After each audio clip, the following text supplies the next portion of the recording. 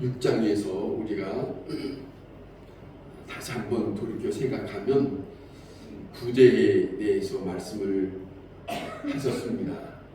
기도에 대해서 말씀을 하셨습니다.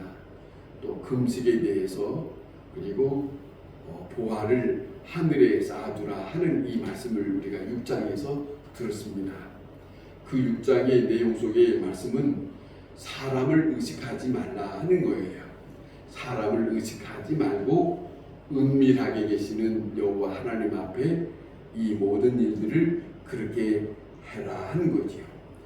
하나님을 믿는 모든 사람들이 일상생활에서 이와 같이 행할 수 있는 일들이 되었으면 좋겠다 하는 말씀을 예수님이 말씀하시는 것을 기억할 수 있으시기를 바랍니다. 왜냐하면 사후에 우리가 항상 우리가 기억해야 할 것은 이 땅에 사는 것이 끝나는 것이 아니고 사후의 문제가 있다는 것이 우리가 떠날 수 없는, 기억해야 할 수 있는 그런 말씀이 있습니다. 사후에 주님을 만난다는 일입니다. 오늘을 살아야 하는 것은 주님을 만나는 일이기 때문에 오늘 우리가 주님의 뜻을 안에 안고 살아야 된다 하는 말씀을 우리는 결코 잊어서는 안 되기 때문에 말씀 하나하나를 그냥 듣고 스치는 일은 절대로 우리에게는 도움이 안 됩니다.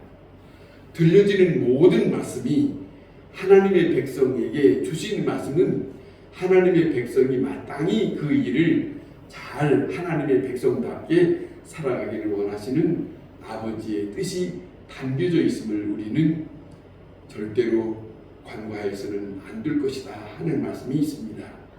오늘 이 본문의 말씀은 우리가 서로 교독한 대로 사람과 사람과의 관계 속에서 어떤 인식을 가져야 하고 어떻게 대해야 올 것인가 하는 말씀입니다. 또 하나는 예수님께서 이와 같은 말씀을 하신 이유가 어디에 있는가 하는 건데, 그 당시 사람들이 살아갔던 사회적인 분위기를 예수님은 다 보시고 하신 말씀이 여기에 있습니다. 그 당시에 있었던 편견적인 모습이 담겨져 있습니다. 좀 살펴보면 누가복음 10장에 보면 강도 만난 사람이 쓰러져서 있을 때 어떤 사람도 지나가고 어떤 사람도 지나갔는데 선한 사마리아 사람은 그랬습니다. 이 두 사람이 지나갔다는 말은 유대인입니다. 그런데 유대인이 이 사마리아 사람을 그렇게 달갑게 생각하는 사람들이 아닌데 이 쓰러진 사람이 바로 유대인이라는 거예요. 그런데 이 유대인이 쓰러졌을 때 이 사마리아 사람은 모르는 체 하고 지나가지 않고 이 선한 사마리아서의 사람이 유대인이라고 하는 이 사람을 많이 관심을 가지고 치료하게 되었다 하는 것을 말씀하시고 있습니다. 이 말씀의 내용을 가만히 생각하면 그냥 하신 말씀이 아니에요. 상종하지 못할 자로 대하고 있는 이들이지만, 유대인들은 그랬지만 너희들이 생각하는 이 사마리아 사람은 그렇지 않았다. 많은 것을 생각하게 하는 내용이 있습니다. 또 하나 누가복음 13장에는 이런 말씀이 있습니다. 어떤 사람이 예수님께 와서 빌라도가 어떤 갈릴리 사람들의 피를 그들의 제물에 섞는 일을 했다고 말을 하게 됩니다. 그때 예수님이 말씀하시기를 이 갈릴리 사람들이 다른 모든 갈릴리 사람보다 죄가 더 많아서 이와 같은 일이 있는 것이 아니다. 그렇기 때문에 무슨 일이 벌어졌을 때 우리는 너무 쉽게 저 사람들만 생각하고 그렇지 않는 사람들에 대해서는 그렇게 말하지 않습니다. 여기에는 약간의 편견적인 생각이 두고 있어요. 그런 말씀 속에 예수님 말씀하신 것은 실로암의 망대가 무너졌다고 하는 것이 그런 말씀을 하세요. 그러니까 이런 일이 있을지 모르니까 언제나 회개할 수 있는 마음이 필요하다. 그런 말씀들이 담겨. 그러니까 어떤 일이든지 편견적인 것을 갖지 말고 저희를 보면서 나를 먼저 생각할 수 있어야 되지 않겠는가, 그런 말씀을 담고 있어요. 또 누가복음 18장이 이를 다 알고 있습니다. 우리가 자기는 의롭다 하는데 남은 다른 사람에게는 멸시하는 사람의 모습을 예수님이 말씀하시는데, 그 말씀 속에는 바리새인과 바리새인의 기도와 세리의 기도에 대한 말씀을 하십니다. 바리새인들은 자기는 의롭다 합니다. 세리라고 하는 사람은 못된 사람이라 말합니다. 나는 이렇게 했고 저 사람은 그렇지 못하다라고 말을 편견적을 가지고 있습니다. 이 말씀이 그냥 하신 말씀이 아니지 않겠느냐는 것이에요. 이런 분위기, 사회적인 분위기를 예수님은 다 보고 이와 같은 말씀들을 하셨다 하는 것을 우리는 놓칠 수가 없다 하는 말씀입니다. 사도 바울은 로마서 3장 23절에 이렇게 말씀합니다. 모든 사람이 죄를 범하였음에 하나님의 영광에 이르지 못한다 그래요. 그렇다면 모든 사람이 죄를 범하였음에 하나님의 영광에 이르지 못한다면 너나 나나 쉽게 편견적인 말을 할 수 있는 입장이 아니다, 담겨져 있어요. 그런 말씀이 있지 않습니까? 이 세상에 살아가는 모든 사람은 언제나 주님 앞에 서야 할 사람이라는 것을 잊어서는 안 됩니다. 저 사람이 아니라 나도, 나뿐만 아니라 모든 사람이 성경에서는 분명히 주님 앞에 서야 한다고 하는 말씀을 두고 있어요. 주님은 복음서에 이런 말씀이 있습니다. 뭐라 하냐면 무익한 말 하는 사람들에 대해서 그냥 스칠 수 있는 일이 아니 되는 거예요. 그런 말씀을 하신 일이 있습니다. 자, 그렇다면 우리가 이 세상에 살아가면서 나는 저 사람보다 낫다라고만 생각하고 쉽게 다른 사람에 대해서 편견적인 말을 하거나 마음을 두어서는 안 된다. 예수님이 이 말씀하신 것은 저는 그렇게 생각합니다. 누누이 말씀 하나하나 하신 것은 하나님의 백성들이 조금치라도 그 뜻에 벗어나서 훗날에 후회할 입장에 서지 않았으면 좋겠다는 하나님의 사랑이 담겨져 있습니다. 엄청난 사랑으로 일깨워주고 있다 하는 말씀으로 우리는 받아들여야 할 거예요. 이 모습이 담겨져 있습니다. 누가복음 7장에 한 바리새인이 자기 집에 예수님을 초청했다고 하는 내용이 있어요. 그런데 거기에 한 여인이, 초청받지 않는 한 여인이 예수님의 곁에 다가섰는데, 그 여인은 예수님이 바리새인 집에 앉아 계시다고 하는 것을 알고 들어왔다고 그곳에 기록하고 있는데, 이 여인은 예수님의 곁에 가까이 가서 예수님을 대하고 있는 모습을 보고 있습니다. 그런 내용이 담겨져 있어요. 그런데 그 집의 주인들은, 바리새인은 그 여인, 그 예수님에 대해서 이렇게 말합니다. 저 젊은 청년 예수가 만일에 선지자였다라면 자기 몸에 손을 대고 있는 저 여인이 어떤 여인인 것을 알지 않겠느냐 하는 말을 합니다. 이런 모습들이 먼 2000년 전에 있었던 일만이 아니라 오늘 현실 우리가 살아가고 있는 동안에도 이런 일들이 우리에게는 주변에 많이 있기도 하고, 아니 알게 모르게 내가 그 편에 있지 않나, 그런 생각을 떨칠 수 없는 예수님이 우리에게 기쁜 말씀으로 들려주시고 있는 그런 말씀이 아니겠는가 하는 거죠. 자, 이럴 때에 간간히 이런 거죠. 내 마음에 안 들어서, 내 기준에 안 맞으니까 가차없이 상대방에 대해서 편견적인 말을 하는 것을 쉽게 해버리고 맙니다. 그런 일들이 비일비재합니다. 조금이라도 생각하고 안 하면 얼마나 좋겠습니까마는, 그런데 쉽게 우리 마음에 노출될 때가 많이 있습니다.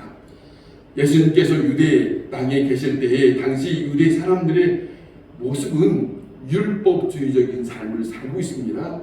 그 율법의 조항이 613개의 조항입니다. 그런데 그것뿐만 아니에요. 그 하나님으로부터 받은 그 조항뿐만 아니라 율법주의자들이 오히려 그보다도 또 다른 것들을 또 만들어서 사람들을 자유롭게가 아니라 사람들에게 불편한 것을 만들어 놓은 조항들이 많아요. 그것 때문에 사람들에 대해서 이웃을 정죄하는 풍조가 만연되었다는 겁니다. 그러니까 예수님께서 그런 일들을 보면서 이건 아닌데 이렇게 하면 안 되는데 라고 하는 생각이 있는 거예요. 그래서 오늘 이 본문이 비판하지 말라, 비판받지 아니하거든 비판하지 말라 하는 말씀을 하게 된 것이에요. 그런 거예요. 너희가 헤아리는 그 헤아림으로 너희도 헤아림을 받을 것이라는 것을 잊지 말거라 하는 거예요. 이것이 이 말씀이 어느 누가 이 세상에 어느 누가 말을 하겠습니까? 하나님은 사랑의 하나님입니다. 하나님의 백성이 하나님의 뜻에 더 빗나가는 걸 원치 않고 또 하나님이 이 땅에 살아가는 모든 자들을 사랑하는 자들인데 그 사랑하는 자들이 하나님의 뜻에 벗어나지 않기를 바라시는 마음이 담겨져 있음을 우리는 기억을 하셔야 합니다. 사도 바울이 고린도전서 4장에 이런 말을 합니다. 너에게나 다른 사람에게나 판단받는 것이 내게는 매우 작은 일이라. 나도 나를 판단하지 아니하노라. 나를 판단하실 이는 주시니라. 이렇게 전하고 있어요. 그러므로 때가 이르기 전 곧 주께서 오시기까지 아무것도 판단하지 말라. 그가 어두움에 감추인 것들을 드러내고 마음의 뜻을 나타내시리라. 그렇게 전하고 있습니다. 예수님은 오늘 이 본문 속에 형제의 눈 속에 있는 티는 보고 네 눈 속에 있는 들보는 왜 깨닫지 못하느냐 하는 말씀을 전하고 있어요. 네 눈 속에 있는 들보가 있는데 어찌하여 형제에게 말하기를 나로 내 눈 속에 있는 티를 빼게 하라. 그렇게 말하느냐. 티는 작은 것을 표현하는 것입니다. 들보는 큰 것을 말하는 거예요. 그러니까 형제의 작은 것을 보면서 무엇이 어쩌고 저쩌고 얘기해요. 자기의 들보 같은 큰 것은 숨겨놓고 그런 거죠. 이 모든 일들이 어느 자리든지 어느 곳에든지 아니 더 크게 말하면 이 나라의 모든 일을 다스리는 거기서부터도 오늘 현실도 일어나고 있더라고요.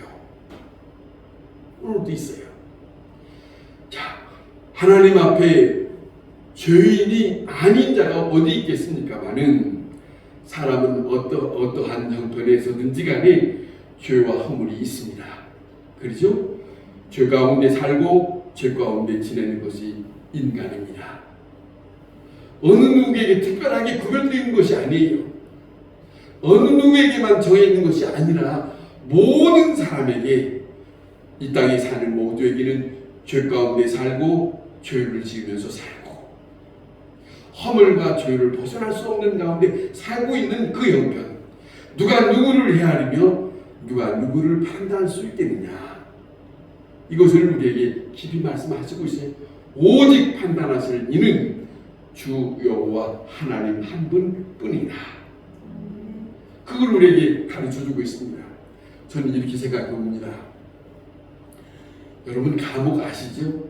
감옥은 어떤 사람들이 갑니까? 잘못된 사람들이 그곳에 가잖아요. 근데 그곳에는 담장이 쳐졌어요. 밖에와 한계를 저는 정해놓고, 그런데 보세요. 그곳에는 죄진 거의 성향이 다를 뿐이에요. 뭔가가 잘못된 사람들이 거기에 함께 모여져 있어요. 그 가운데 너는 어떻고 너는 어떻고 그렇게 말하는 것은 웃기는 얘기지. 저도 죄졌고 나도 죄졌는데 너는 어쩌고 그 말이 금이 있을 수 있는 일이 아니지 않습니까? 마찬가지로 이 세상이 그와 같은 모습이다. 그렇게 생각하면 우리는 이해가 될 수 있을 거예요. 그래서 남을 판단하고 헤아리는 순간 우리가 생각하는 것은 나는 스스로 저 사람보다 낫다, 의롭다라고 하는 순간이 되어버리고 만다. 그런데 여기서 그래서 하시는 말씀입니다. 예수님이 의식하는 자요 라고 말합니다. 의식하는 자요 라고 하는 말을 해요. 뭔가를 감추고 뭔가를 자기는 아닌 것처럼 말하는 이것이 하나님 앞에 사실상 엄청난 부끄러운 일이죠. 자기를 감추고 나는 그러지 않는데 저 사람은 이러는 순간에 이것이 스스로 보여주고 있다. 그런데 자신들의 우월감, 교만한 마음으로 타인을 보는 근본적인 차별하고 비판하고 정죄하고 모욕하는 것이 악에 속한다고 하는 것을 우리는 예수님께서 우리에게 가르쳐주고 있는 말씀이에요. 우리는 쉽게 남에 대하여 판단하고 남에 대하여 이렇게 말할 때 그거에 대하여 죄성이라고 생각하는 바가 많지 않아요. 강하지 않아요. 그냥 대성비 생각해요. 너무 쉽게 생각해요. 그거만 말 한마디 그렇게 생각하고 저 사람에 대해서 함부로 취급하는 거 그거 대성비 생각하지 않습니다. 그런데 주님이 볼 때는 명령하십니다. 찬송도 우리가 부르지 않습니까? 주께서 명하셨으니 형제를 그렇게 하지 마라 하는 말씀이에요. 그러세요. 자, 주님의 말씀은 어떤 비판이든지 중요한 것은 여기에는 비판하지 마라 하는 말씀이 있지만은 중요한 거 우리가 한 가지 잊지 말아야 할 것은 무조건 비판하지 말라는 건 아닙니다. 중요한 것은 바른 판단과 비판력은 성도들이 하나님으로부터 받은 선물일 수도 있어요. 그것은 중요한 겁니다. 다시 말하면 성령과 말씀 안에서 진리와 도리를 구분할 수 있는 분별력을 가질 수 있는 그런 것이 우리에게 필요해요. 하나님의 것과 세상의 것을 판단하는 능력, 그것은 우리에게는 소중한 믿는 그리스도의 사람에게는 있어야 합니다. 그래야 어려움에 빠지지 않지요. 분별력이 없으므로 우리는 쉽게 거기에서 넘어지고 맙니다. 그러잖아요. 분별력이 있어야 돼요. 우리가 세상에 사도 바울은 이렇게 말합니다. 고린도전서에서 우리가 세상의 영을 받지 아니하고 오직 하나님으로부터 온 영을 받았으니 이는 우리로 하여금 하나님께서 우리에게 은혜로 주신 것들을 알게 하려 함이니라. 분별력이에요. 하나님의 말씀을 들으면 이 세상에 살아가는 동안에 저는 그렇게 생각합니다. 분별력이 생깁니다. 이건 아니구나. 이건 아니구나. 그것을 헤쳐나갈 수 있고 그것에 대해서 내 마음과 내 모든 것을 발을 디딜 수 있을 것인지 안 디딜 수 있을 것인지 구분할 수 있는 것이 우리에게 주어진 하나님의 귀한 선물입니다. 성도들이 주 안에서 올바른 판단을 하고 비판하는 일은 자신과 교회를 지키는 신앙생활에 큰 방패가 되기도 합니다. 이거는 한편 우리에게 필요한 부분이 담겨져 있다 하는 말씀이에요. 자, 성도 여러분, 인간은 누구나 다 하나님 앞에 하나님의 형상대로 받은 귀한 존재들입니다. 그렇게 우리에게 전해주고 있어요. 하나님께서 그 어느 누구도 진리를 알고 그 어느 누구도 구원받기를 원하시는 것이 아버지의 뜻이에요. 그렇잖아요. 사도 바울은 그래서 네가 어찌하여 네 형제를 판단하느냐, 어찌하여 네 형제를 업신여기느냐, 우리가 다 하나님의 심판 앞에 서리라. 기록되었으되 주께서 이르시되 내가 살았노니 모든 무릎이 내게 꿇을 것이요 모든 혀가 하나님께 자백하리라 하였느니라 이렇게 기록하고 있어요. 우리가 대하는 형제는 고린도전서 8장에 또 로마서에도 사도 바울은 이렇게 전하고 있습니다. 그리스도께서 위하여 죽으신 형제다. 그렇게 전하고 있습니다. 예수님의 한 말씀을 한 사건을 말씀드리고 마치겠습니다. 누가복음 13장에 회당에서 예수님이 보았던 한 여인을 보았는데 18년 된 귀신 들리고 곱슬되었던 여인이 있어요. 오래되어서 조금도 펴지 못하는 그런 여인이래요. 그러니까 많은 사람들이 볼 때에 정상으로 보지 못하죠. 뭔가는 장애를 가지고 있기 때문에 편하게 대할 수는 없을 겁니다만은, 그런데 예수님은 복음서에 이렇게 전하고 있습니다. 사단의 매임바에서 풀어지면 저 딸도 아브라함의 딸이니라. 무슨 말씀을 전하고 있냐면 사람이 보는 눈과 예수님이 보고 대하는 것이 뭔가 달라요. 사람은 하나님의 형상으로 보아야 할 형제들을 그렇게 보기보다는 지금 현재 내 눈으로 보여지는 그 마음으로 말하기가 쉬워요. 그런데 주님은 아니에요. 저자가 귀신이 들렸던, 저자가 몸의 형태가 구부러졌던 그 모습을 외적인 것을 보지 아니하시고 하나님의 형상으로 지음받은 그 속을 보시고 저 형편이라도 저 딸도 아브라함의 딸이 될 수 있느니라. 얼마나 귀한 말씀입니까? 얼마나 귀한 예수님의 그 삶에서 우리들에게 그 모습을 잘 받아들이게 하시는 그 모습이 담겨져 있어요.